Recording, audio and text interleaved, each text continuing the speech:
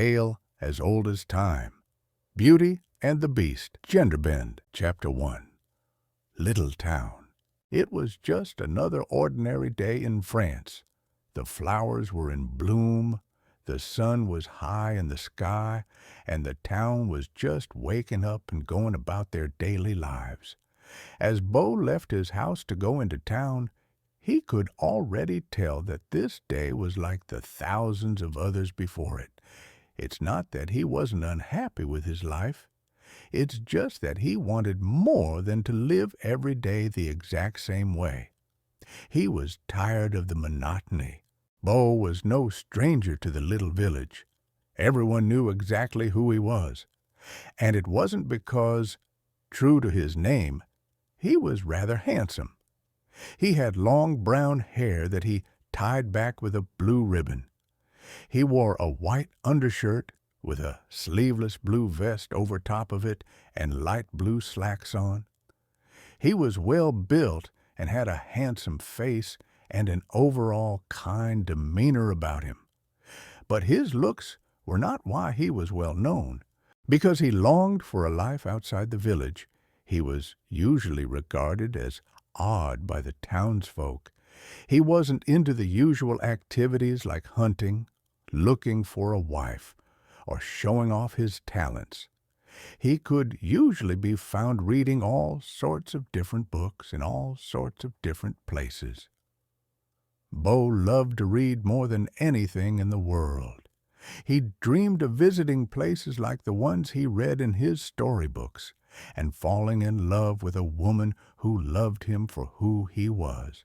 In fact, he spent so much time daydreaming, he was rarely aware of the looks everyone in town gave him. Beau left his quaint little home and headed to the bookshop in order to return his most recent book, Romeo and Juliet. What a tragic tale it was. "Ah, hello, Beau!" The kind old bookkeeper greeted him. "Lovely to see you again." "Hello, miss," Beau said. "I've come to return the book I've borrowed." "You finished it already?" "I couldn't put it down." "What a sad story of two lovers." "It is that. I'm afraid we haven't gotten anything new since you were here yesterday." The woman laughed. Beau laughed with her.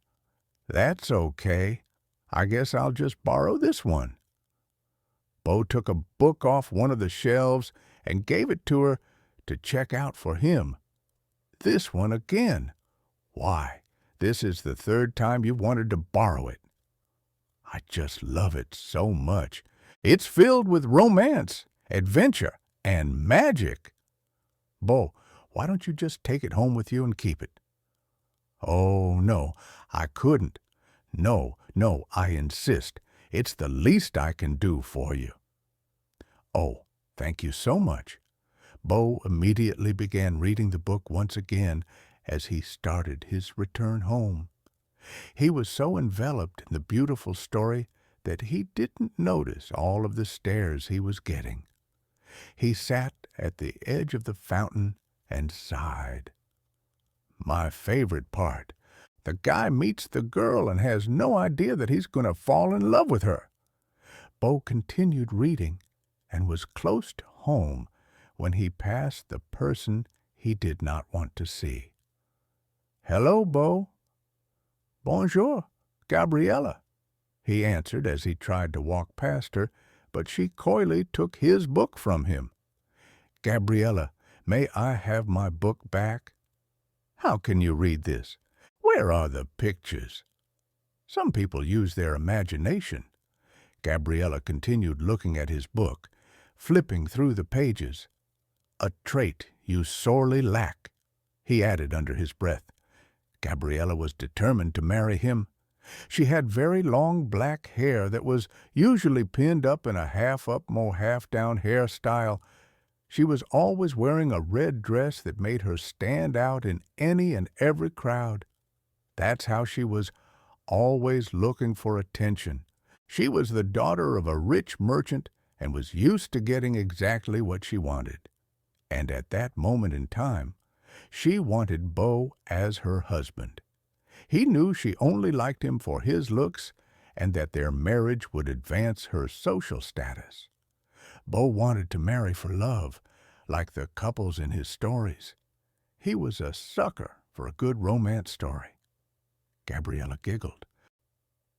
"Oh, Bo, you should get your head out of the clouds and focus on what's really important." She smiled and took his arm as she rested her head on his shoulder. "Me?" Bo uncomfortably slid out of her grasp, unwilling to have her touch him.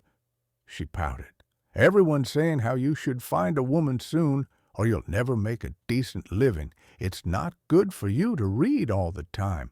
You should be hunting with the others." Gabriella, I don't want to hunt. I love reading. Perhaps it's time for a change. Why don't we go down back to my house and I can show you all of my dresses?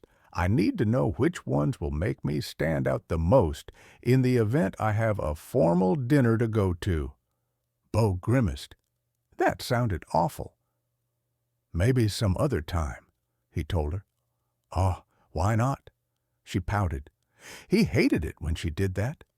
She just assumed that if she gave a little sad face, people would just do her bidding.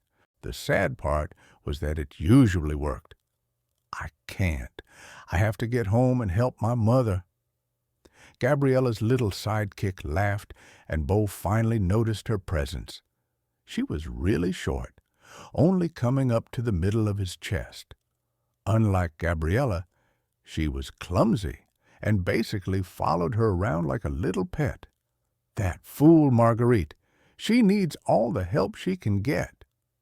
"Don't talk about my mother that way," Bo growled. "Yeah, Leah!" Gabriella scolded, slapping her on the arm. "Don't talk about his mother that way. My mother's not crazy. She's as smart as they come." No sooner had the words left his lips when an explosion came from his house. It wasn't an unusual sight, but nevertheless, Bo ran up to his home to make sure she was all right. Gabriella stared after him.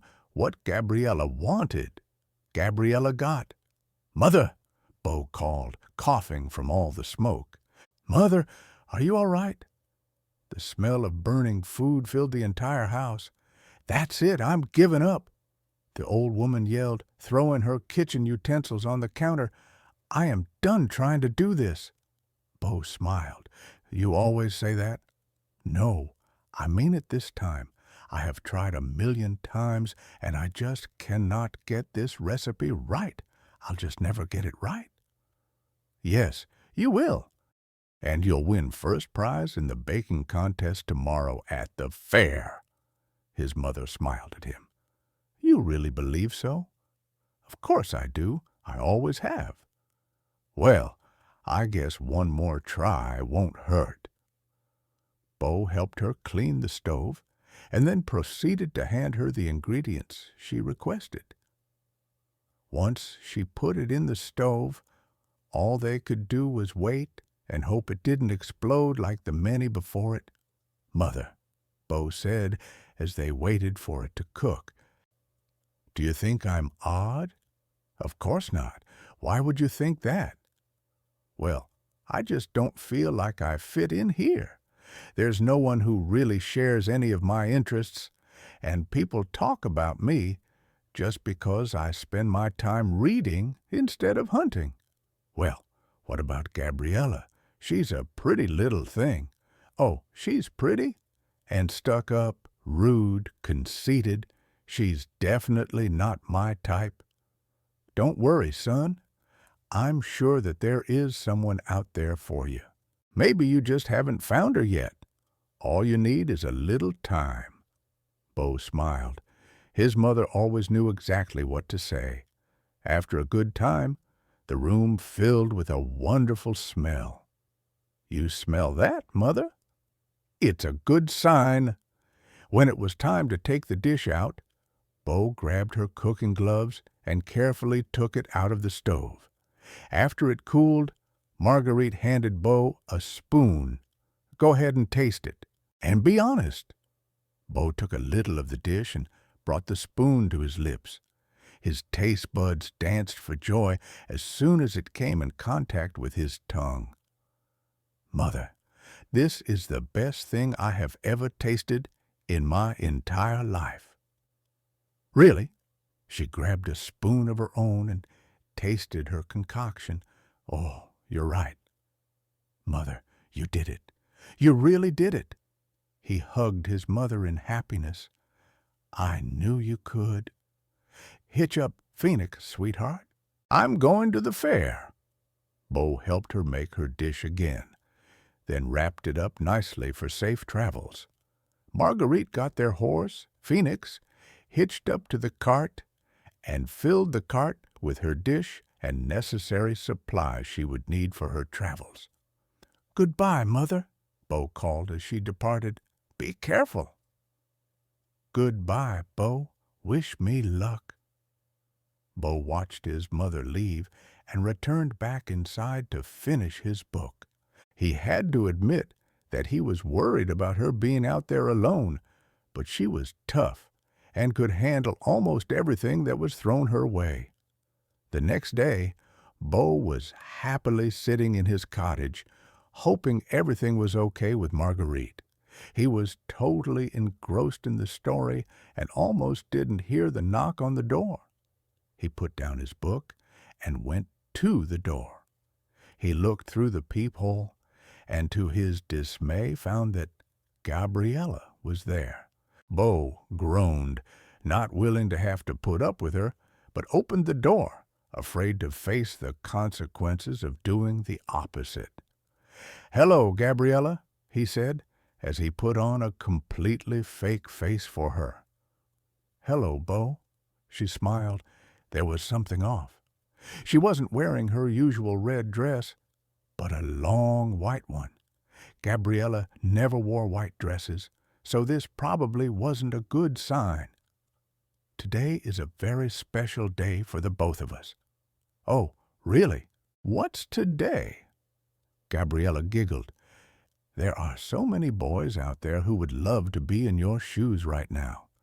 This is the day." Gabriella paused in front of the mirror and fixed her hair for a second.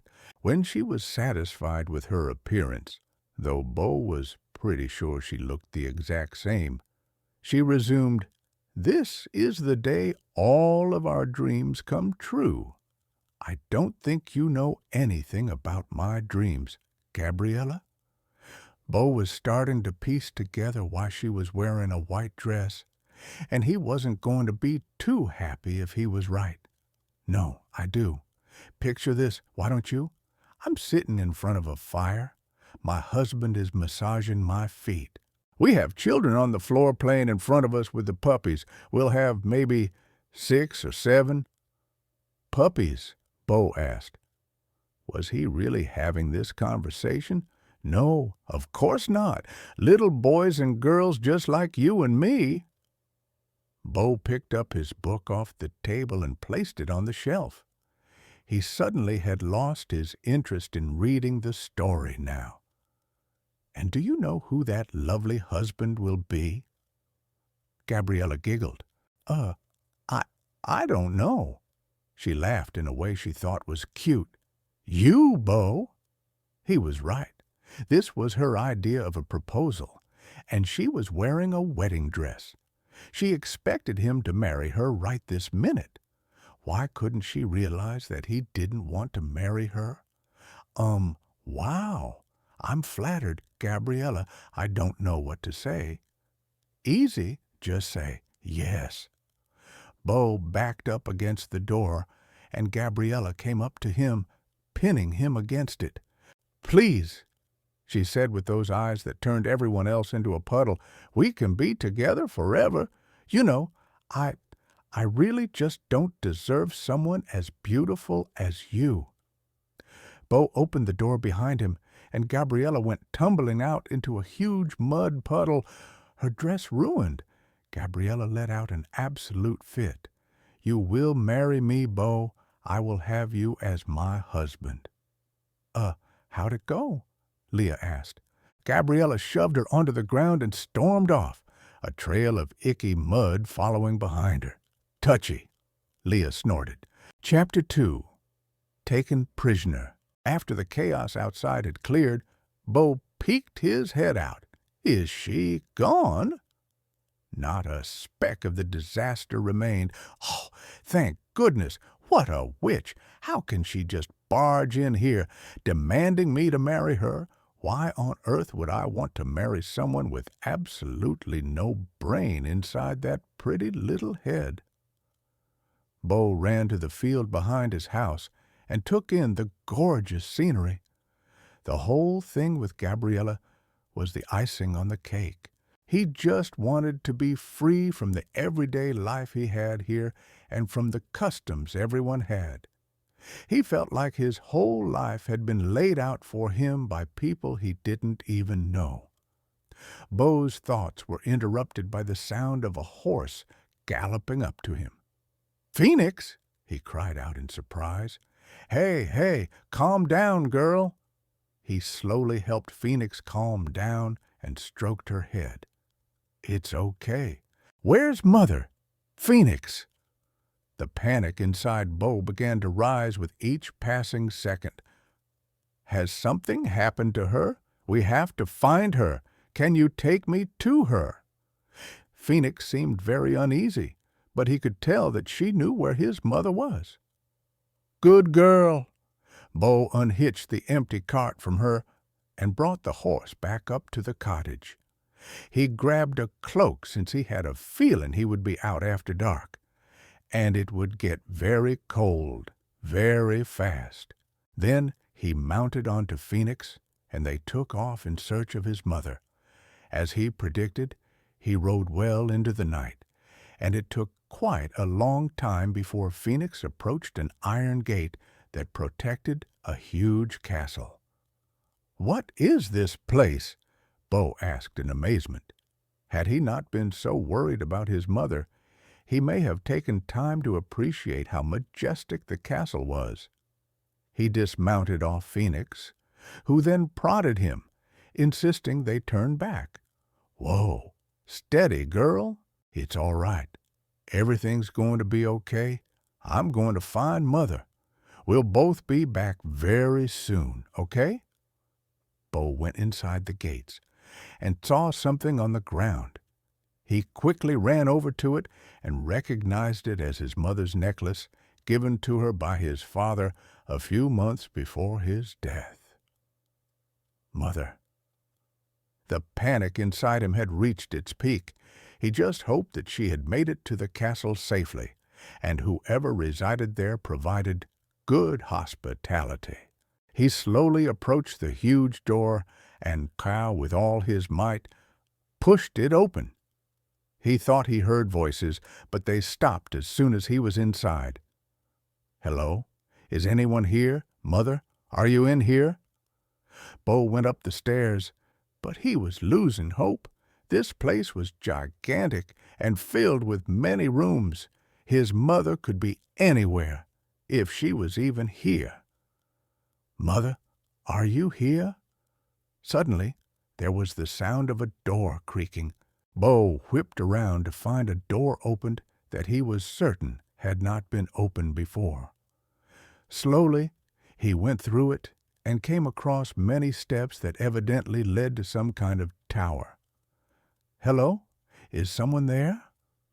He thought he heard footsteps, but when he followed them, he found no one. "Mother? Bo?" A weak voice called back. Bo looked for the source of the voice and was horrified to find his mother in some kind of cell. "Mother!" He picked up a torch and ran over to her and clutched her hands tightly. "Are you all right?" "Bo, you need to leave now.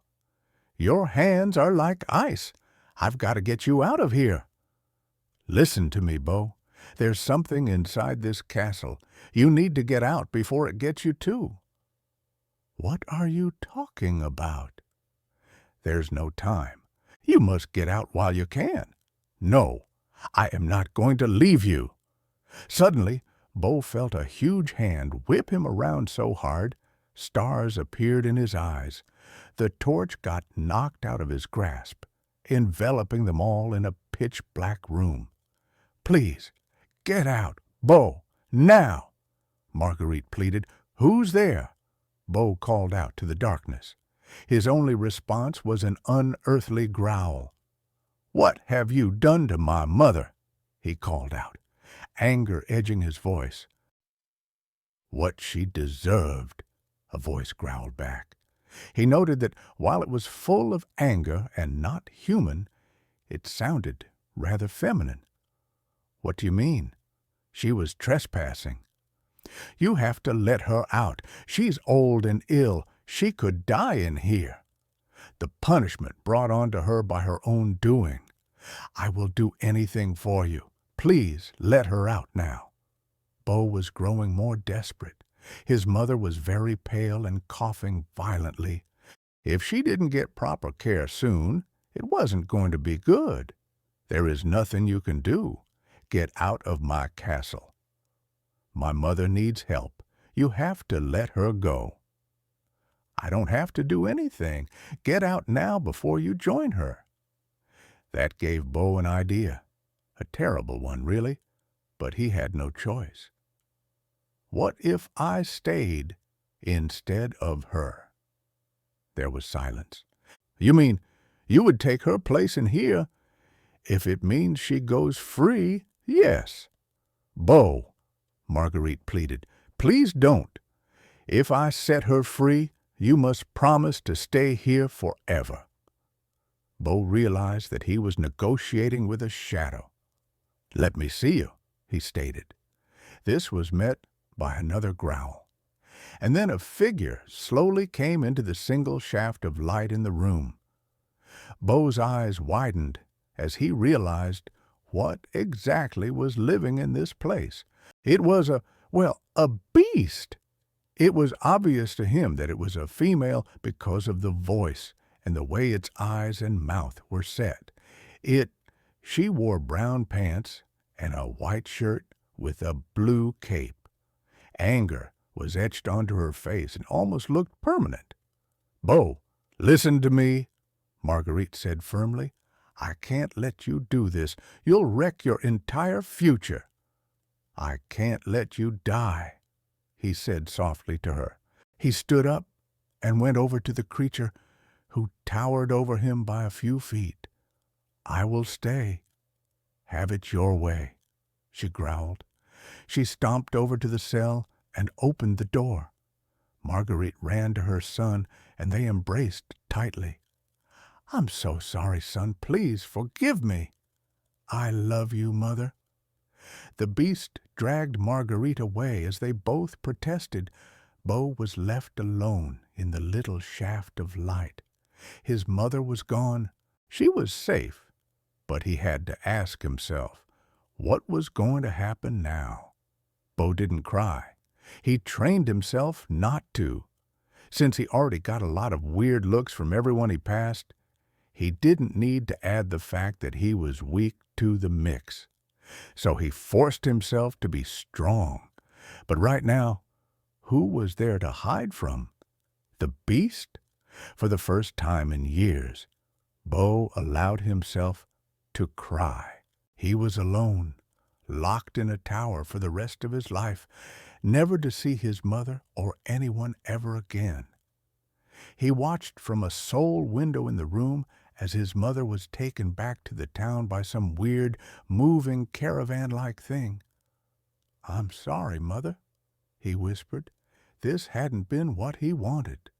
Of course, he wanted his mother safe, but he didn't want them to be separated in order for that to happen. He wanted both of them back at the cottage, safe and sound. Now she had lost her son, and he had lost his mother.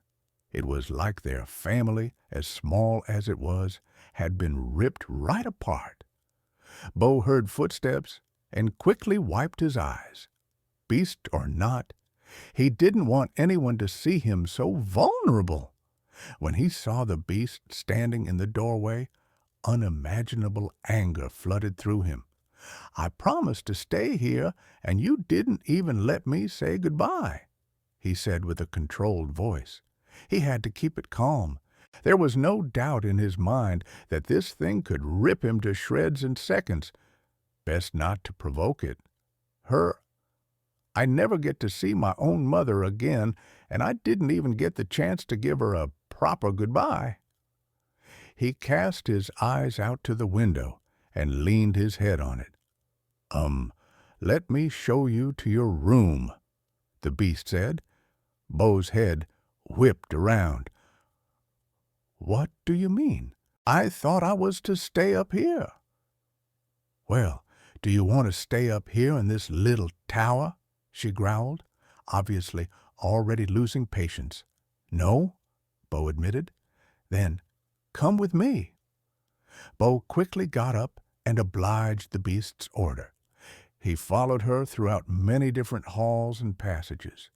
The creepy statues cast eerie shadows on the floor and walls, making Bo uneasy. But he was determined not to show it. He was not going to appear weak in front of this thing. The beast started. I hope you like it here. Bo looked at the beast. That was the nicest thing she'd said so far, and in definitely the nicest voice. This place is your home now, so you're free to go anywhere you wish. Just not the West Wing. Why? What's in the West? It's forbidden. The beast snarled as she rounded on him, causing Bo to jump. He immediately silenced, not wishing to incur any more of her anger. They walked further until they came to a huge set of double doors painted a nice blue color. She opened the door for him, and he slowly walked in. These were much better arrangements than that prison above. That didn't mean he felt any better about this whole situation. If you need anything at all, please don't hesitate to ask. My servants can do anything you wish for. And, I'm sorry about your mother. Bo didn't turn to look at her, but he was surprised. Did she just apologize to him? And we will have dinner together tonight. My servants will escort you down when the time is right. I don't have much of an appetite, Bo answered. The beast grabbed his shoulder and whipped him around to face him. You will join me for dinner. I'm not asking, I'm telling you. I am the head of this castle, and I expect you to follow my orders. Is that clear? She left the room and slammed the door behind her. Bo stood there in shock for a minute, trying to slow his racing heart from her outburst. Even away from the village, he was being told how to live his life by someone he didn't know. And now he had lost his mother and everything dear to him. After holding his emotions in for far too long, he collapsed onto the floor as his body shook with sobs. He was a prisoner, a captive, held against his will. It was the end of life as he knew it. Are you enjoying the story? Leave a comment and don't miss the next video with the continuation of the chapters. It's really important that you tell us in the comments if you're liking it. That motivates us to keep bringing you new chapters. See you soon, fanfickers.